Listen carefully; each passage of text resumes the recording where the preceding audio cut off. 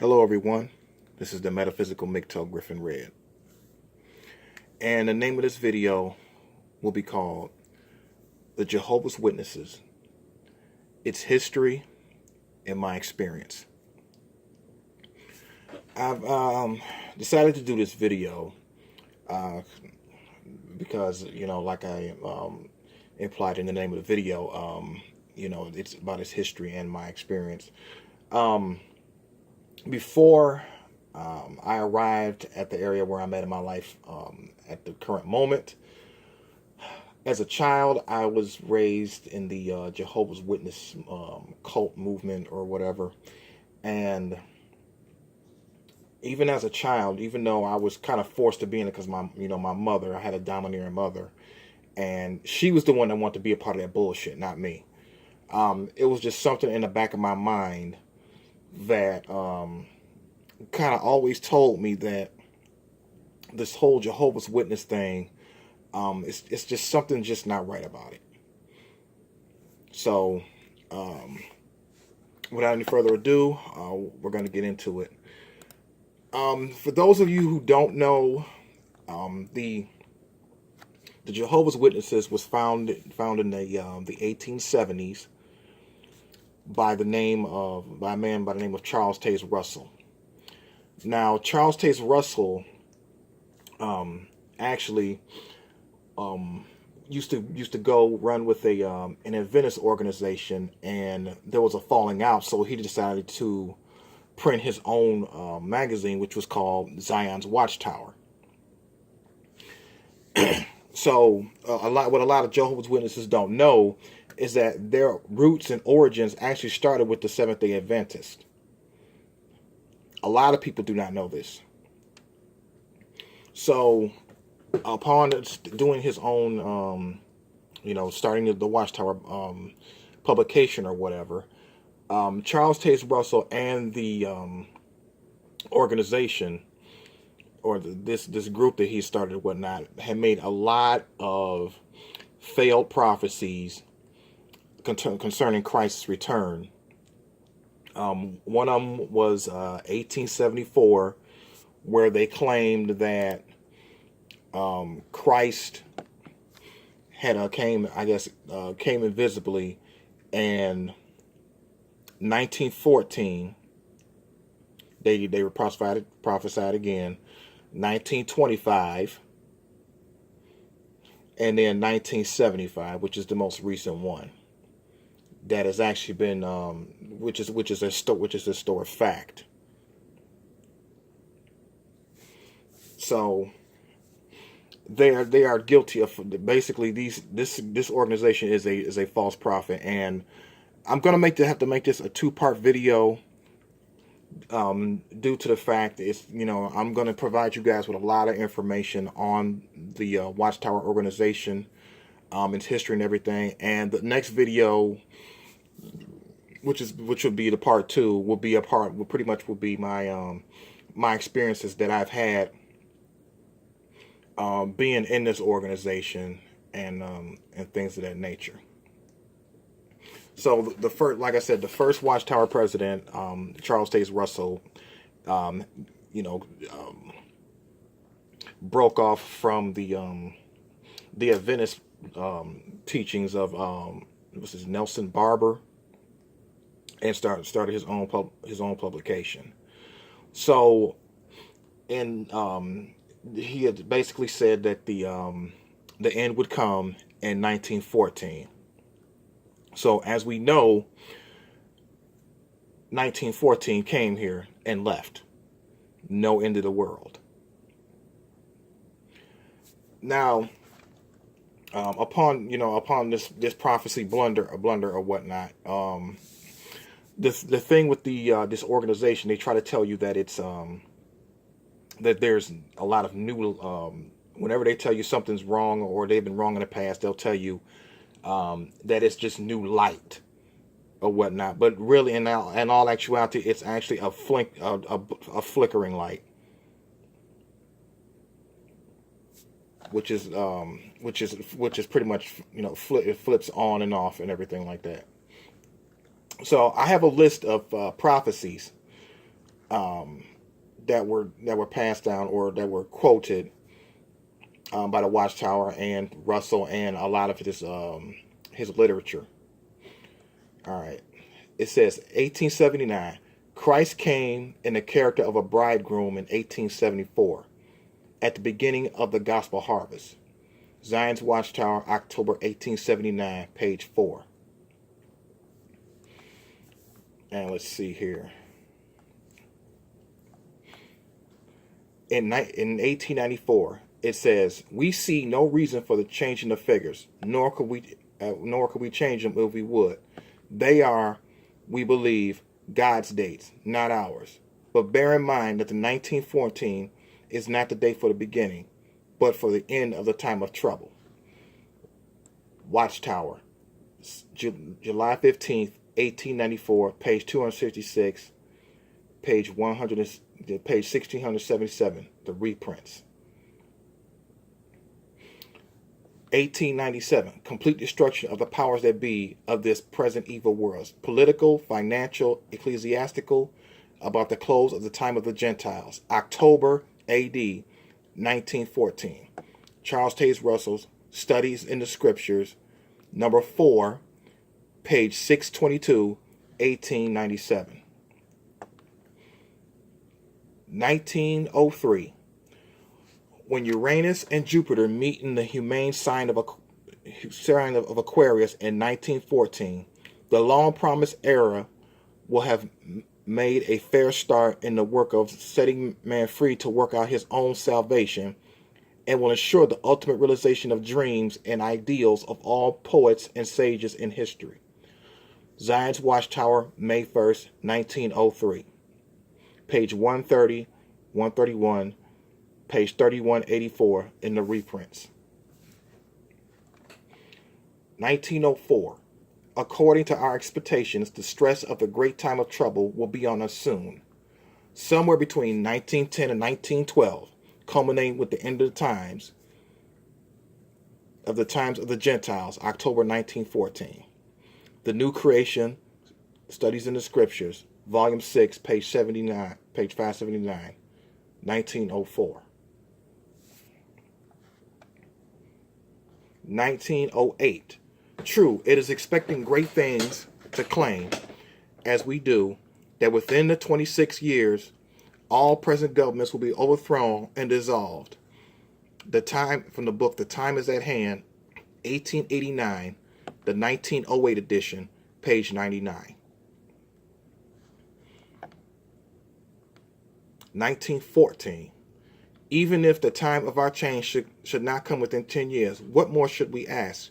Are we not a blessed, happy people? Is not our God faithful? If anyone knows anything better, let him take it. If any of you ever find anything better, we hope you will tell us. So, as you can see from the few quotes from the own Watchtower publications, they have prophesied numerous times about this year. Now, as you know, the end didn't come except for Charles Taze Russell. He died in 1916. And a man by the name of Joseph Rutherford actually succeeded him in leadership. But before I go into Mr. Rutherford, I'd like to quote, and I'd like to direct my attention to the blacks, or so-called black people that are watching this video, and some of you may even be Jehovah's Witnesses. And I'd like to bring to you some Watchtower quotes that was published by Charles Taze Russell himself about what he said about black people. Now, the following quote is from the Watchtower, 1900, April 15th, page 122. It says, "There are probably as many as 100 colored brethren on the Watchtower list, some of them very clear in the truth and very earnest in the service, financially and otherwise. We have received letters from several of these who had intended engaging in the volunteer work, expressing surprise that in the call for volunteers in the March 1st issue, we restricted the inquiry to white Protestant churches. They rightly realize that we have not the slightest of race prejudice, and we love the colored brethren with the same warmth of heart that we love the white. And they have queried, therefore, why such a distinction should be made in the call. The reasons is that so far we are able to judge. Colored people have less education than whites, many of them quite insufficient to perform them to profit by such reading as we have to give forth. Our conclusion, therefore, is based upon the supposition that reading matter distributed to a colored congregation would more than half of it be utterly wasted, and a very small percentage, indeed, likely to yield good results. So that's one quote from the Watchtower about your black behind. The next one, Watchtower, 1902, July 15th, The Negro Not a Beast, pages 215 to 216. While it is true that the white race exhibits some qualities of superiority over any other, we are to remember that there are wide differences in the Caucasian, Semitic, and Aryan family, and also we should remember that some of the qualities which have given this branch of the human family its preeminence in the world are not as such can be pointed to as in all respects admirable.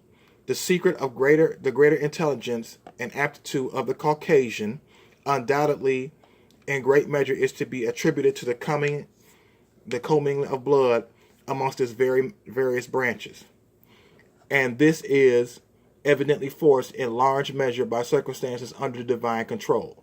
Noah declared prophetically that Ham's characteristics, which had led him to unseemly conduct, disrespectful to his father, would be found cropping out later, inherited by his son.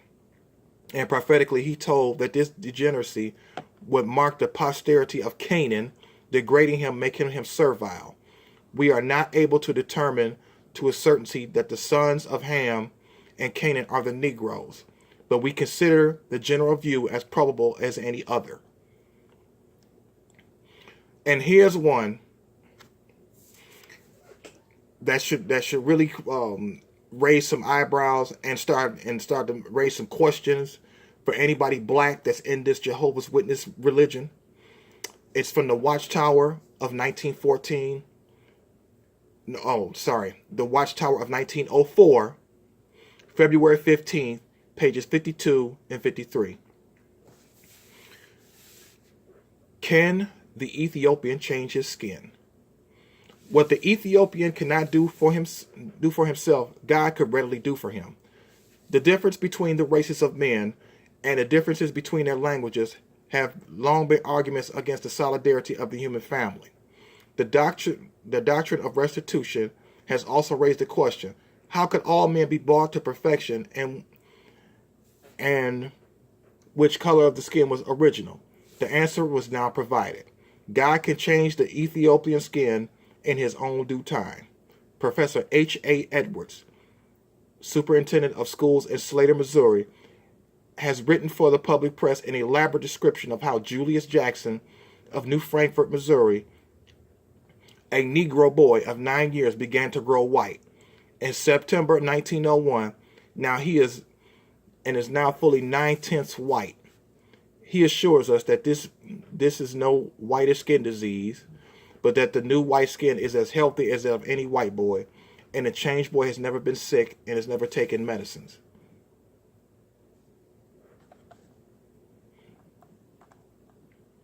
So now, what do you have to say? What do you have to say about that, Mr. Negro Watchtower, Mr. Negro Jehovah's Witness? And this is a quote from the Golden Age book of 1919, October 15th, page 44. From a criminal viewpoint, the desirability of sobering the Southern Negro speaks volumes for national prohibition. And here's another publication, The Bible versus Evolution, page 30. God has specially blessed and favored certain branches of the Aryan race in Europe and America.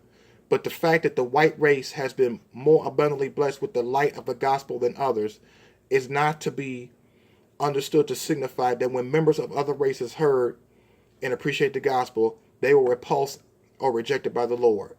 While the elect church will probably be compromised chiefly of the highly favored white race, nevertheless, it will probably have in it representatives of every kindred, people, and tongue.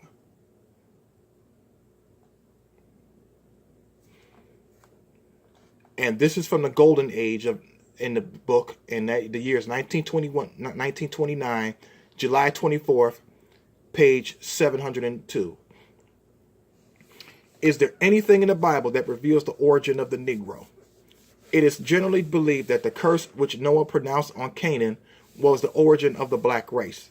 Certain it is that when Noah said, "Cursed be Canaan, a servant of service shall he be unto his brethren," he pictured the future of the colored race. They have been and are a race of servants. There is no servant in the world as good as a good colored servant, and the joy that he gets from rendering faithful service is one of the purest joys there is in the world.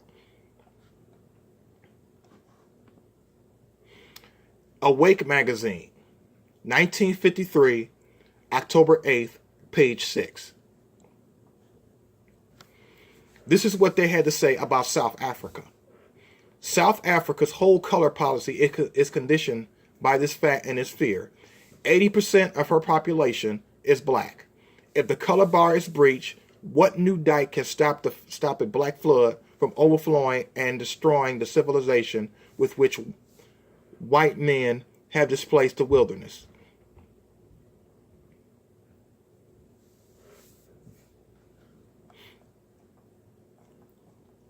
So what do you have to say about that, Jehovah's Witnesses? How do you feel now, Negro? Negro Jehovah's Witness. And you can go and look up these quotes, and I've given you the years and the dates and the pages. What do you have to say about your beloved Watchtower now? See, this is one issue that really gets me when it comes to black people and these religious cults. They really will defend these cults to the almost to their lives, and they didn't even start them. And that's what's so crazy about them. Now, after Charles Taze Russell died, through a lot of dirty, underhanded tactics, Joseph Rutherford assumed presidency of the Watchtower. Now, before Joseph Rutherford had changed the name to Jehovah's Witnesses, they were known as the International Bible Students. And I want to share with you, in the early 30s, there was a schism or split. And one of those groups is called the Chicago Bible Students, which is pretty much around now. And I believe that they're in Addison, Illinois. Now, Joseph Rutherford, he was more famous as to promoting the 1925 prophecy, as far as 1925 being the end of the world. And what people don't know is, especially even Jehovah's Witnesses, that Joseph Rutherford had actually created and had this gigantic mansion built in San Diego, California, to house these princes that's supposed to be resurrected. Now, if you want the address of this house, it's 4440 Brayburn Road. That's Braeburn, and that's in San Diego, California. That's the address of Beth Serene. And that house is linked to an embarrassing extremely embarrassing prophecy from the Jehovah's Witnesses that stated that 1925 we would see the end of the world. I actually found a copy of the deed that was obtained from the county record office, and in this deed, I'll read to you a little clip from it. It says, both the grantor and grantee, the said Joseph Rutherford, are fully persuaded from the Bible testimony, which is the word Jehovah God, from the extraneous evidence that God's kingdom is now in the course of establishment, that the governing power and authority will be invisible to men, but that the kingdom of God will be have visible representatives on the earth who will have charge of the affairs of the nation under supervision of the invisible ruler Christ. That among those will be the faithful representatives and visible owners of the world will be David, who was once the king over Israel, and Gideon and Barak and Samson and Jephthah and Joseph, formerly ruler of Egypt, and Samuel, the prophet, of other faithful men who were named with approval in the Bible as at Hebrews in the 11th chapter. So you have right there in the actual historic deed of this house that he built this for them. They really believed that these people were coming back. Well, we know how that happened because we're still here. Now, a lot of you will know that they actually, do not celebrate holidays. But what people don't know is that actually the early Watchtower presidents or whatnot, they actually did celebrate Christmas. They actually did celebrate holidays. And hell, they actually believed that there was that Jesus actually died on a cross. It was actually a symbol, a cross, and a wreath was on the early watchtowers. See, they'll never tell you this. And it was around the early 1930s that Joseph Rutherford decided to change the name from the International Bible Students to the Jehovah's Witnesses. And he is the one that actually quoted the 144,000, heaven doctrine, because, back then it wasn't really that many Jehovah's Witnesses, and Joseph Rutherford, had actually said that 1935 was the year that God shut the door about people, as far as people going into heaven. Yes, they actually believe that that only 144,000 people are going to heaven, and they pulled this number from the book of Revelation. And if you read Revelation 7, chapter 7, verse 5 through 8, it'll tell you where these 144,000 people will come from.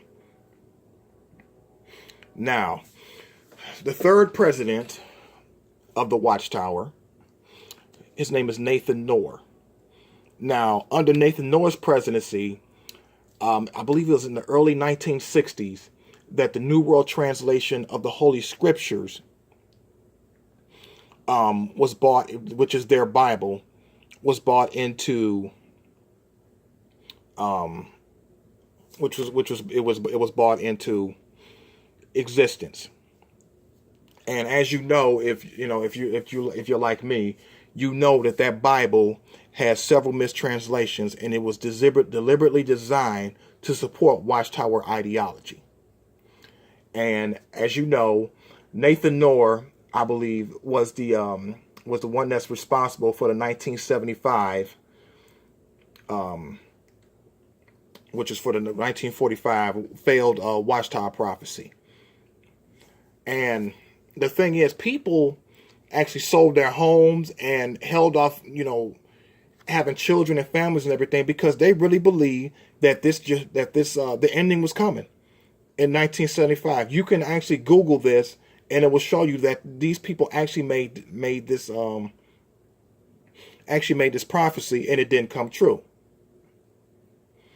So after Nathan Noor died, there was Fred Franz, and Fred Franz was the president when my family started going or whatnot, and he passed away in 1992, which then the presidency was passed over to Milton Henschel, and he passed away or whatever, or he just I believe he stepped down, and Don Adams has taken the reins. I don't know the current president now, but these are the newer, well, these are the ones that are the founding fathers or whatnot of this Watchtower cult. I originally intended for this to be a 2-part series, but I'm gonna close this one out. This is pretty much the history of it. I'm gonna do another video which discusses the beliefs and things of that nature in the next video. So I'm just going to close this one out now. Stay with me and prepare for the next video. Thank you.